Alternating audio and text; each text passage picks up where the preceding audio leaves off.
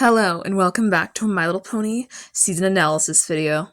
Remember, this video is not intended for children under the age of 13 years old, and if the comments are set off, it's because YouTube did it, not me. This video will contain heavy spoilers for Season 5 of My Little Pony Friendship is Magic. As a warning, that isn't exactly a surprise when you're going to be talking about every episode from that half. In this case, the first 13 of the season. And everything it does well and not so well, mainly starting off with the characterization. So this half of the season has a lot of good characterization for the main six. I think Pinkie Pie is one that benefits a lot here because he's mellowed down in comparison to last season's. And everyone else, including Rainbow Dash, is written pretty well. And there's also a lot of newer characters, like the ones from the opener, who actually get a lot more attention than side or background characters usually ever get, and this season really excels at side and background character stuff. That's something I've noticed. And I know the only point of contention is Discord in this season, because he's, especially this half, and make a new friend but keep Discord, he's very petty and just not good at this, and a lot of fans dislike that, kind of thinking that it ruins his character. I'm neutral, actually. For me, in my head, he's been reformed for maybe less than a year in canon. He has been a morally dubious creature for hundreds of years, and he's been, being sort of nice for 7 months. I don't expect much from him. It's not something I will ever expect. And we also got to see a lot of other things, like the Slice of Life has strong emphasis on background characters, and also reoccurring side characters like Cranky Doodle Donkey, and Stephen Magnet, the sea serpent from the first episode of the show, which I really loved. And for the side characters, they picked fan favorites like Bon Bon, Lyra Heartstrings, Dr. Hooves, and Derpy, Octavia, Vinyl Scratch, all those characters. I know that's a lot of characters. That episode has a lot to focus on.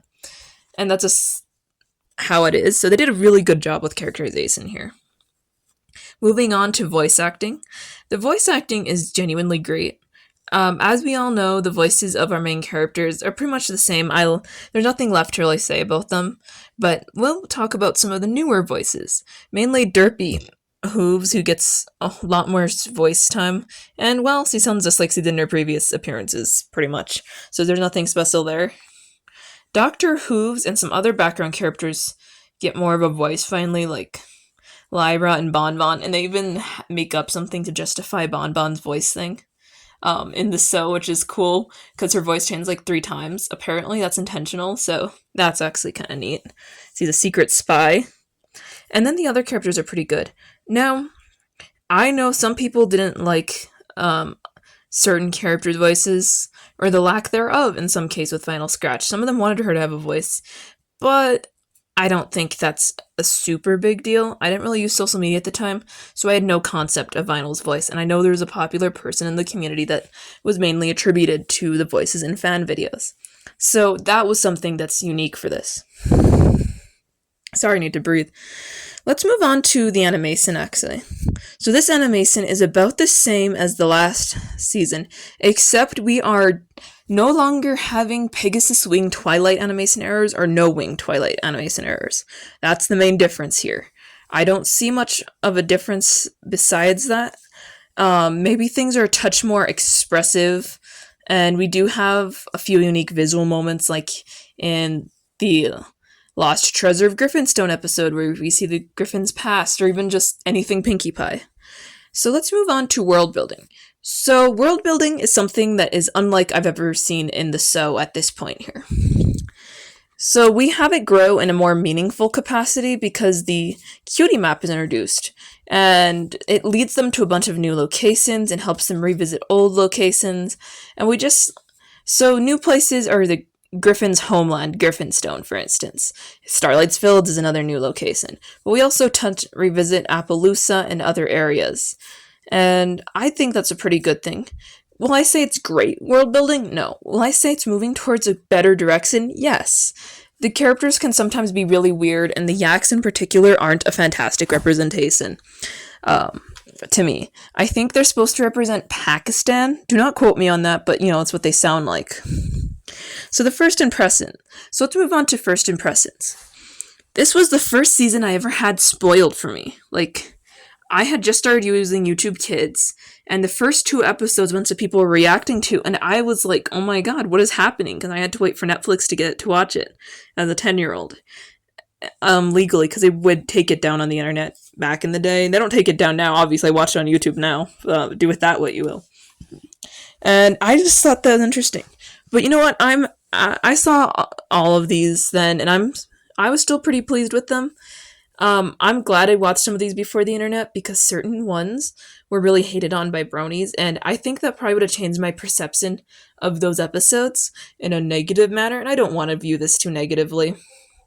I just want to have fun at 10 years old. I just don't want to overthink it too hard. I overthink everything, but I think it's time to start moving into episode analysis.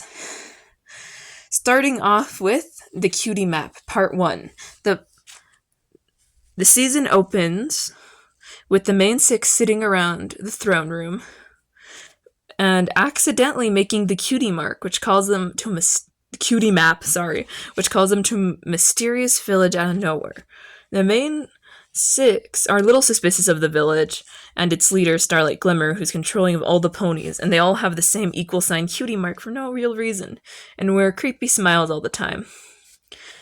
Pinkie Pie this is not lost on Pinkie Pie, and she notices this and calls that it's definitely not safe, but the others ignore her and push on and explore the village. When they meet Sugarbelle, a baker who takes interest in the group, and wants to meet them in the basement of her shop, where she tells them about the cutie mark vault where Starlight put all their marks. And the main 6 end up going with Starlight to see the vault and end up getting trapped. So my thoughts. I'm very pleased with this as a season opener. I think it did a great job setting up the plot for the next episode as well as exploring its own. And I may be the only one who likes the cutie map. I feel like I am. But it is pretty nice to actually have something that forces them to world build in any capacity in this show. And also, I didn't like this as much when it first came out. Believe it or not, I kind of didn't think Starlight was a good villain, but in hindsight, he's actually a great villain. So, how perceptions change when you're not a 10-year-old. So, on that note, let's actually discuss that village, Starlight's Village, which is never actually named. Just so you know, we just call it Starlight's Village as a fandom. The main plot point of the episode is that it has a very unsettling presence. The uncanny valley smiles that Pinkie Pie catches on too quickly, and everything else has this ambiance of underlying horror. And I think this... And we also see a few cracks in the persona that is Starlight, the kind, loving leader, who's also controlling, and obviously her villainous nature is what shines through towards the end, when they take the cutie marks. On that note, I'm just going to mention it because I've talked about Sugarbelle a lot lately. This is where she's introduced, and we see a lot more of her later on, unlike the other characters from this. So let's just move on to the cutie map, part 2. The main 6 are now trapped in a conversion room in the town, with no means of escape, without their cutie marks, and the magic that's associated to them. The main 6 start forming an escape plan, where Fluttershy pretends to be converted, and makes her way into the village to figure out what's happening. And Starlight finds out, and when that does happen, Starlight tries to figure out which ponies told them they wanted to leave town and get their marks back. And Party Favor, one of those, ends up taking the fall for his friends. Meanwhile, Fluttershy is staying with Starlight and finds out that she actually has a cutie mark and is a fraud, and that he's also in possession of the main 6's cutie mark separate from the vault for some reason. So, the ponies of the village, when they pull out the rest of the main 6 in the morning, end up finding out through an orchestrated stage of events with Fluttershy that Starlight is indeed a fraud, and they want their marks back because of her hypocrisy, which she will not give them back willingly, so they rebel against her, and they end up winning and returning the main 6's marks to them. But not without letting Starlight escape first. My thoughts. So this is a lot more eventful of the two, like most two-parters are. Like, the Starlight's conversion room is all really has an unsettling feel carried through from the other episode. And I feel so bad for Fluttershy, because he's scared and conflicted. He likes the idea of a low-pressure place where everyone gets along. But C knows, just like the rest of the main six, that this isn't really forced and it's somewhat unethical. Starlight as a villain is actually pretty good. I found her, that's a pretty good presence when we see her facade officially crack in this episode. Especially more than I did when I first watched it. C lacks good motivation, which I will still stand by, even with the season finale in mind. I know that some don't agree with it, but I really don't think she had very good motivation. It's pretty dumb, honestly. I mean, that's not the worst villain motivation I've seen. So, this is the first time that I've really seen the main six need other ponies to help save them in the show. Really, truly need it. In this one, Party Favor Siggerbell and the Pegasus, I forgot the name of, I'm so sorry, are the main ones who confront Starlight, and it makes a lot of sense because they've been wronged the most by Starlight in this scenario. So let's move on to episode 3, Castle Sweet Castle. Twilight feels uncomfortable in her new castle, so she tries to avoid staying there at most times.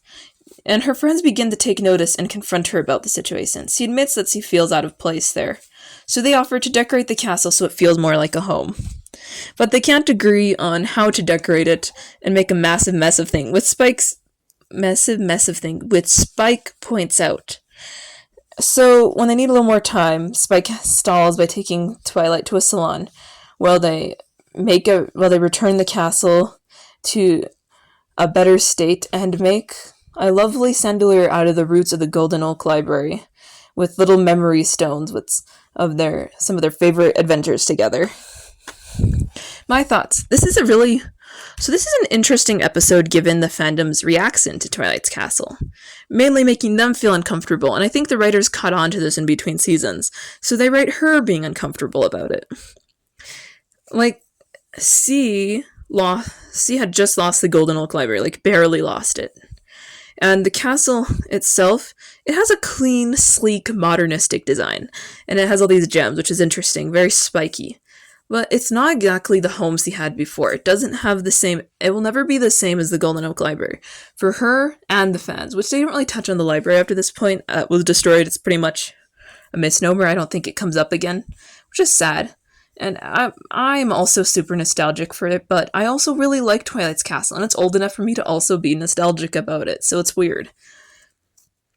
Fluttershy, for some reason this episode, is a little bit out of character. In fact, all the main six are. Twilight and Spike are the only ones in character. Fluttershy is way more pussy than I expected and petty.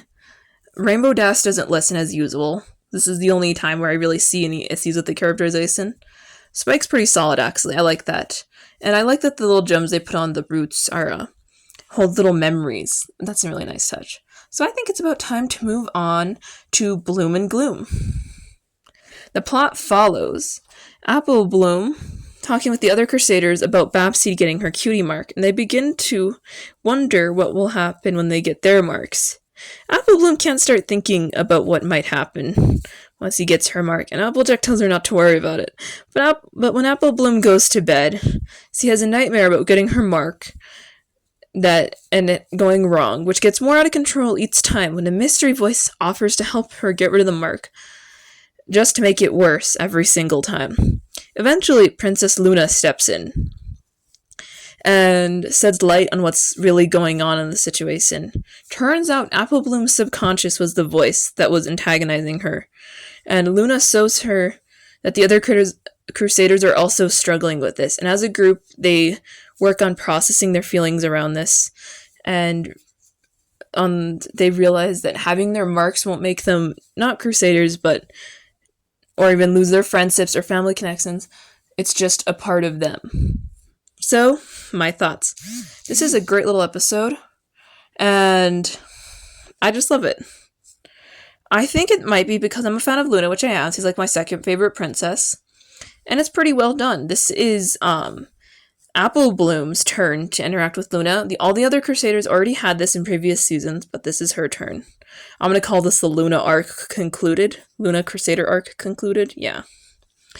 And Apple Bloom is obviously the focus here, and C interacts with Luna, albeit I think a little bit more almost. I think Sweetie Belle actually had the most interaction, if you ask me. And I think that the touch that Apple Bloom's subconscious mind was the one twisting everything was really interesting. And the way Luna intervenes really puts some of her best character traits forward. She really connects to the ponies of her world in such a meaningful way that it makes her job feel not redundant, even though it probably is redundant, unfortunately. So yeah, I just like this, and I think it's a good one to check out as far as that goes. So let's move on to Tanks for the Memory. Rainbow Dash is excited to spend her first winter with Tank, and she starts getting... until she realizes that Tank is getting very sleepy and goes to Fluttershy for some advice to figure out what's happening. Who ends up telling Rainbow that Tank needs to hibernate and is going to hibernate, regardless of what she thinks. Rainbow immediately goes into extreme denial and tries to stop Winter by sabotaging Cloudstale's weather factory, which makes Winter arrive even faster than normal. She goes and causes Tank to hibernate even faster, which upsets Rainbow Dash to a very extreme degree. Her friends try to comfort her, and then she comes to the conclusion that Tank must hibernate, and they all go as a group and help him hibernate together. So this is an episode that's pretty popular within the fandom, and my voice is just not... I'm sorry if I had trouble saying that. I was having a moment. That was not easy. The main reason it's popular is because it covers the concept of death. I know, fancy word for a YouTube video. I'm not going to use any weird phrases. It's death through a somewhat elaborate metaphor. It's not a complicated one. It's just like an allegory. Like Tank hibernating in many views, it really does seem to stand for the loss of a loved one. Like you can't see them anymore and you don't know how to move on without them. And I think it does an okay job. I will emphasize that this is nothing more than a metaphor. Tank is not dead, he is hibernating. We see him awake on episode 13, so he's fine. I will reference that. Also, really randomly, they reference like Game of Thrones when Twilight says winter is coming after Rainbow explodes the weather factory with snow, which is a whole thing. So let's move on to episode 6, Appaloosa's Most Wanted. The Cutie Mark Crusaders are in the town of Appaloosa for a rodeo, which Applejack is competing in place of an injured Brayburn. When they find out that the Equestria Rodeo Circuit has been targeted by Trouble Suze, an infamous outlaw, the Crusaders decide to go in search of him in hopes of earning their marks for some reason. Well, when a rainstorm hits, and while they're looking for shelter, they find his trailer. Meanwhile, back in Appaloosa, Brayburn realizes the Crusaders are gone and tells everyone, and they begin to go search for them under the assumption that Trouble Suze had done something bad to them. And when they do find Trouble Suze in the craters, they arrest Trouble Suze for his many accidental crimes, and the Crusaders feel bad because they realize that he just wanted to be a part of the rodeo, but was not really able to, and he thinks his bad luck is because of his cutie mark and that he can't change anything about that. So they devise a plan to get him free by dressing him up as a rodeo clown. And he finally realizes that he isn't unlucky, he's just meant to be a rodeo clown. And the town and he offers to fix what he's broken, which is going to be a lot of work. I know I'm interjecting a lot. And the town sort of accepts him in his new role. So, my thoughts. This episode is fine. I will emphasize that. But, I'm not entirely sure I love the message. I guess it's that you're not bad luck, you're just in the wrong area, and that's okay. But the way it's like, he's meant to be a clown, which is Apple Bloom's really, a huge leap in logic, if you ask me. Also, Applejack, in particular, is really out of character. After watching the one where Some Pony to Watch Over Me, I cannot imagine Applejack doing this normally, just letting them be with a relatively unattempted person watching them. Brayburn, who's just, like, sleepy and in pain the whole time. So yeah, I don't quite get it. And let's discuss cutie marks and their meanings for this episode, because in this we've seen not one but two episodes tackle this as a concept. It's more, don't be scared of your mark because it's a part of you, but that part of you isn't set in stone. You can make it what you need it to be, that what works for you. And I think that's what these episodes are trying to say. But this one doesn't do a very good job.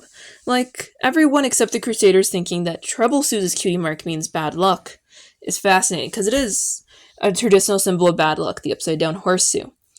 But the leap in logic that he's meant to be a rodeo clown is interesting. I mean, he's kind of right. But I wouldn't have assumed that just from the get-go. That was a bit odd. So yeah, that being said, I actually like that it says that your destiny is in your own hooves in this scenario to a degree, and I like that. Let's talk about episode 7, Make a New Friend But Keep Discord. The plot follows the ponies getting ready for the Grand Galloping Gala to happen, when Discord thinks that Fluttershy will invite him as her +1. But she had already invited Treehugger under the assumption that Celestia was going to invite Discord. Discord ends up going around Ponyville looking for the main 6, just to find out no one can take him. And they all already have +1s. When he goes to his home dimension, the poor lost male pony had been there for God knows how long, maybe a few days. Finally gives him the invite he was waiting for.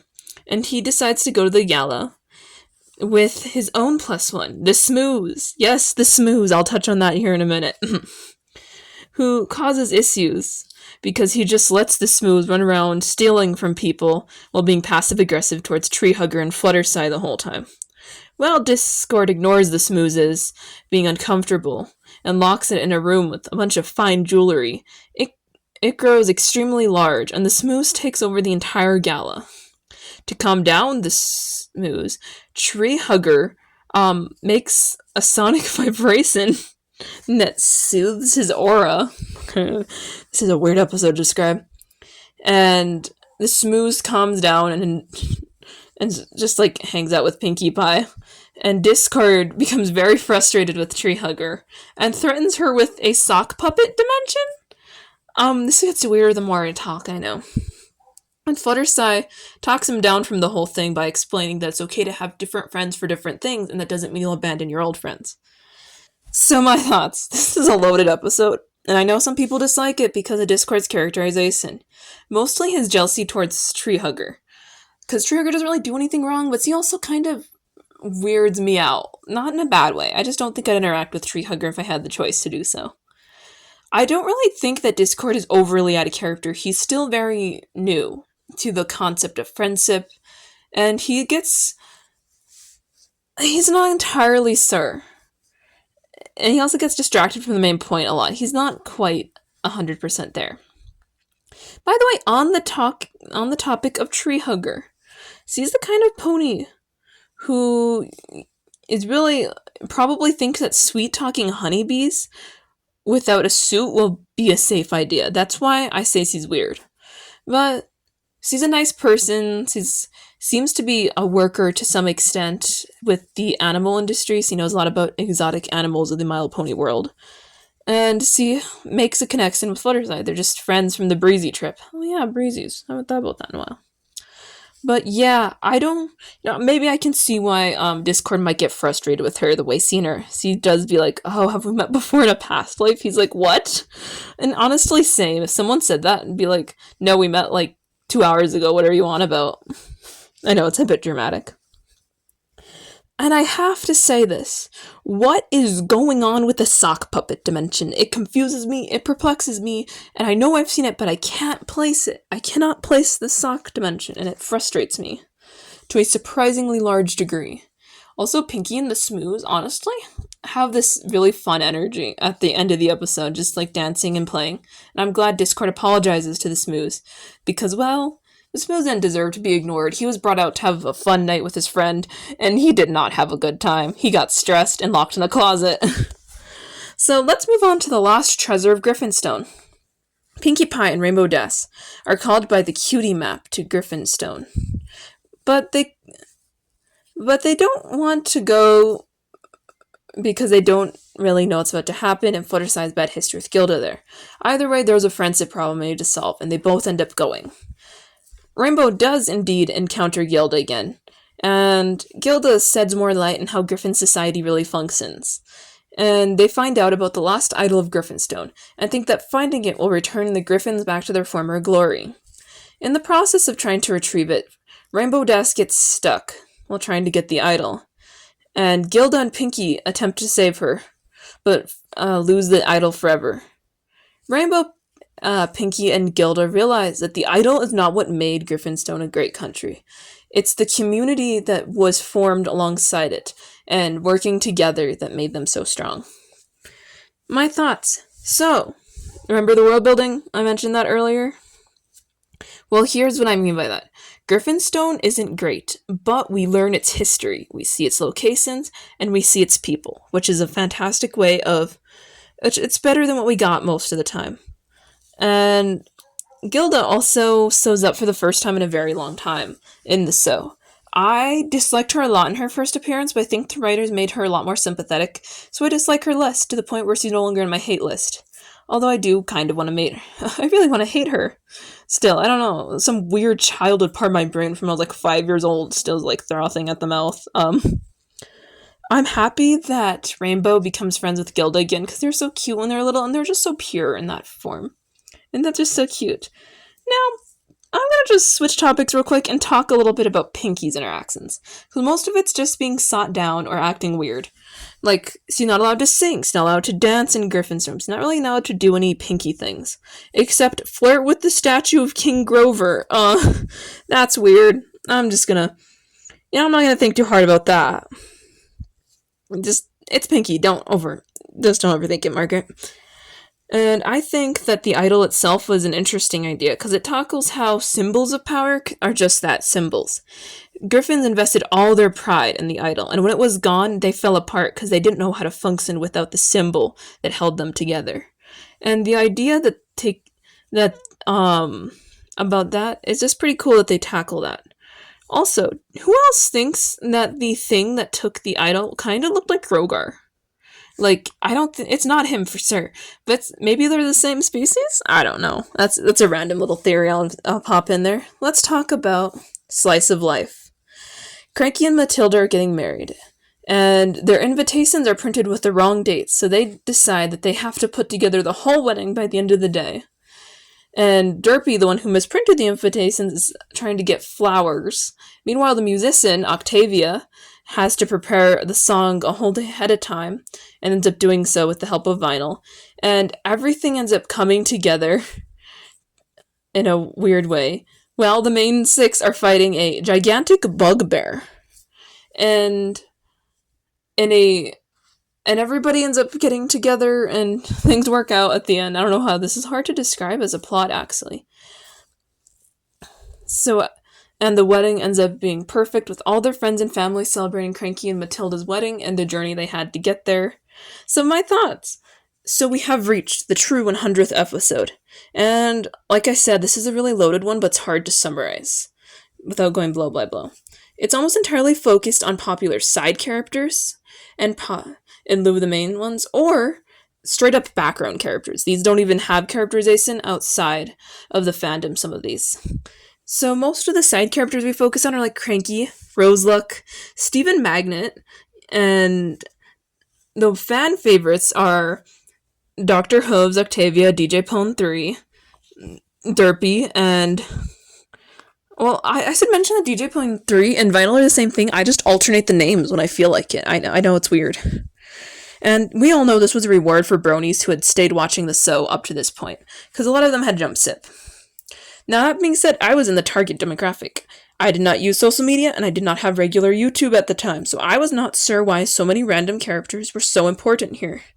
Like, I liked it, and I still like it, but it was a little bit lost on me. I like mainly for the carry-through on these previously established characters I already knew, not the background characters. So, like, Derpy was one of my favorites out of this. Just her interactions, or Muffins. I actually don't know what they call her here. I didn't keep track. I'm not gonna lie to you. She's derpy to me, though. Any other name's okay, I just don't call her it. Also, Derpy and Dr. Hoves, on that note, have a strange chemistry. I kind of see them being a little romantic. I don't know why. Like, it's not a big sip in the grand scheme of things, but it's fascinating. Octavia and DJ Pone 3 are also pretty fascinating here. There's a lot in the fandom that think they're dating. I'm not so sure. They kind of look like sisters because they have a split house. And I don't really think people who are dating split their house in half for their interests. But, who knows? And I say that in a metaphorical sense. I don't actually think they're sisters. I just think they're good friends. Does that help? Side note, Rose Luck has her dramatic appearance here, and it's amazing, and I can relate to her some days, just not gonna lie. Moving on to Episode 10, Princess Spike.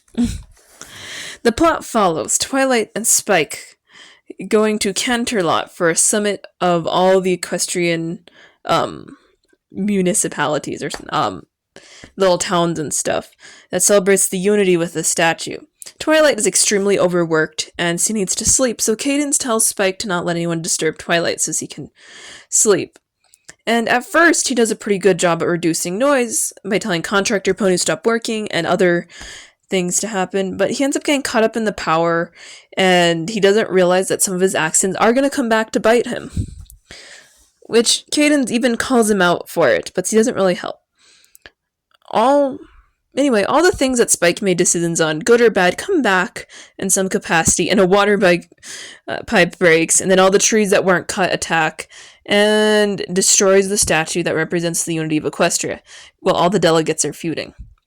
Spike ends up doing a little speech about how important togetherness is and listening, and all the delegates pull together and they rebuild the gem statue together, which is really sweet. So, this is not the best episode, or an outstanding episode, or even just a good one for Spike. It's pretty bad for him, actually. But I do like how it ends. That is actually pretty sweet. All the delegates rebuilding the gem statue is a wonderful little tribute to how you can work past issues and rebuild together. And I like that. But let's get into the less good part. Spike himself. He can be really hard to watch. He's really unreasonable, and he doesn't ask for help. He doesn't think about what kind of consequences might arise from not having those trees cut or not fixing the pipe. And he really doesn't know what kind of damage could be caused by his actions. But I try as hard as I can not to read into it too much, because he's canonically around 8 to 12 years old. After all, kids aren't good at thinking through decisions, and he's not necessarily the most mature of kids. So I guess it works in that bubble. Twilight herself doesn't really do much, and I think that's kind of funny in the episode in a weird way. But she does also help pull things together at the end. So, let's move on to Party Pooped. Twilight invites the Yaks to Equestria in hopes of making friends with them and creating a treaty. But the Yaks are quick to anger and will destroy anything that is not perfect or meets their standards. So Pinkie Pie, in an attempt to please them, goes above and beyond. And when all of that fails, she decides to go to Yakistan to figure out what things are actually like and what they might want. Along the way, she gets help from old friends like Cherry Jubilee, and the rest of the main six are left to struggle with the Yaks, who end up declaring war on Equestria. Pinkie Pie climbs up a mountain that's by the Crystal Empire that Cadence leads her to, where a pony-eating monster almost eats her, but she manages to get past that, and a little yak almost lets her into Yakistan, but is set back to where she started exactly, and ends up is at square one, and her and her friends have to put something together that really shows how wonderful Equestria is before the Yaks can get home and start a war. Anyway, since the Yaks were held up on a train that was blocked by a lot of sheep, they're able to bring back the Yaks to Equestria and put on a party that helps show what Equestria really is about and why it's a wonderful place. And the Yaks retract their declaration of war and agreed to work with Equestria on the treaty.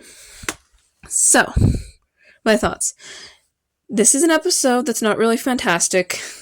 When I first saw the title, I could not place what it was about. I was like, what is this? Party pooped, you know? Anyway, but I will give it some credit. It tries to make the yaks a little bit more interesting. They have really good character designs. I like that there's some level of uniqueness to them for these characters. Like, the babies are so goddamn cute. And that's, interesting. Now, the yaks themselves, oof, I don't really like watching them. Pinky, though, is at her best. She puts everything into every party she does, and the Yak's party is no exception. She goes above and beyond. Her journey to Yakistan, where she meets Cherry Jubilee, and goes to the Crystal Empire, where Cadence helps her, and then fighting that random pony-eating creature is the whole reason no one's made it to Yakistan, or more accurately, not fighting it, just pinkying it, and making it through, because he's Pinky, don't think too hard, is interesting. And this happens in one afternoon. A few hours and she did all that, but just don't and this is why I say don't overthink Pinky. It's just Pinkie Pie, don't question it, you know? Also, Twilight's castle gets yet some more abuse. This keeps happening when people from outside Equestria show up. It's a running joke, but why the castle? So I guess let's move on to episode 12, Amending Fences.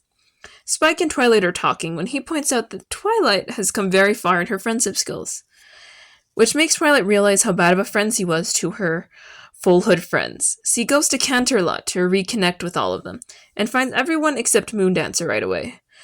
Her old friends go and help her find Moondancer, who has become withdrawn from society, and resentful towards Twilight and pretty much everyone else, and given up on the concept of friendship. The group ends up pulling Moondancer out of her house for dinner to try to connect with her again, but Moondancer's not really ready for friendship and still quite hurt. So Twilight has to come up with an alternate plan to get Moondancer out of her cell. The group make a party for Moondancer with her friends and family, and Twilight apologizes for abandoning Moondancer all those years ago at her party. So my thoughts. I love the concept of this episode. Obviously, it calls back to the very first episode, and it shows her old friends, with some of them are even maids for Cadence and stuff. Like Lemon Hearts, Minuet, Twinkle Sign, and Moondancer. C is the only one we don't see in the first episode or at any point throughout the series, Moondancer. But C is mentioned by name by Spike, right when Twilight's about to leave Canterlot to go stop Nightmare Moon. And if you remember, Twilight does... The party that seemed to ended up missing was Moondancer's party. And even though her other friends were okay with her leaving without saying bye because Nightmare Moon, Moondancer didn't get that memo and decided to be mad about it. As silly as that sounds. On the note of Moondancer, I don't know why she took it the way she did. It's just that she's one of those people who small things mean a lot more to her like that. And I really wonder what her goal is in life. How is she making money? She doesn't appear to have a job. She just goes to a library in her house all day. And she has her own place. And it seems to be falling apart given Twilight punched through the door. But she also has Earth Pony magic, which makes her stronger. But I still don't think you should be able to punch through the door, nonetheless. So... is her family paying for it and she doesn't upkeep anything? Who knows? And on that note of her family, real quick, I just want to mention that her sister is the parent of great-great-grandparent of Elderflowers from Gen 5, because he mentions being related to Moondancer, but this unnamed sister of Moondancer is the one who's probably her great-great-great-great-great-grandparent, and also apparently attended Cadence and Setting Armor's wedding, Moondancer's sister. So that's interesting. I just thought I'd mention that. It's actually pretty cool. They eventually, Twilight and Moondancer reconciliate and sort of become friends again, and Moondancer opens herself back up to friendship and gives another try, which is a pretty good end to the episode, as far as I see it. So let's move on. Let's move on to episode 13, Do Princesses Dream of Magic Seep? The plot follows Luna having a dream with the main 6 in it, and the nightmare creature she created accidentally gets set loose into their dreams too. So, once she's made aware, she goes to Ponyville to help get rid of the the Tatapus, I can't say it, oh my god, she uses her magic to create a group dream in order to try to catch it. She ends up failing, but decides that she'll revisit it the next night once he finds out that Pinkie had actually dreamt of all of Ponyville. So now it's in all of Ponyville's dreams, and and Luna now has to put together one giant group dream in order to catch this thing, which includes everyone in Ponyville that Pinkie dreamt about, and she feels like she's the only one who can stop it or do anything about it with her magic. She ends up having a breakdown, and the Tatapus almost escapes into reality, but ends up being stopped because all the ponies in the dream realize they can control the dream in their own way and hold it off, and eventually it's defeated because she realizes that her past actions are not something she should torture herself over, and it loses most of its power and becomes one with her. So for an episode, this is fun. I really like this. It's one of the best mid-season finales we've seen, as in the only really good one. The last few have been not great. And I really like that.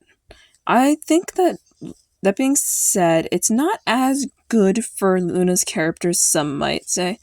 I'm not exactly sure if I agree with that statement about her character development, because it can take a long time for someone to forgive themselves, especially like Luna. And I imagine that's probably worse for a semi-immortal being, just in general. But I do like seeing the ponies of Ponyville work together and use their imaginations. Some highlights are Princess Big Mac. That's random. Giant Jerpy. And, Saddlebolt Rainbow Dash. So, like, stuff like that are just really cool examples of that. And it really and the end ties together really well with Luna fusing with the Tatapus. I know I'm saying it wrong. You can say it if you'd like. I have a difficulty with that kind of word. As she finally accepts that her past actions are part of who she is, and they're not something that she needs to dwell on. She just needs to continue moving forward and helping folks up. So that pretty much rounds out this video. I didn't mention the music, and that's for a reason. There's only 3 songs, and the only good one is in Our Town, and it's not that good, so yeah. And also kind of the one Rainbow Dash sings. But I think this is time to end the video. Goodbye!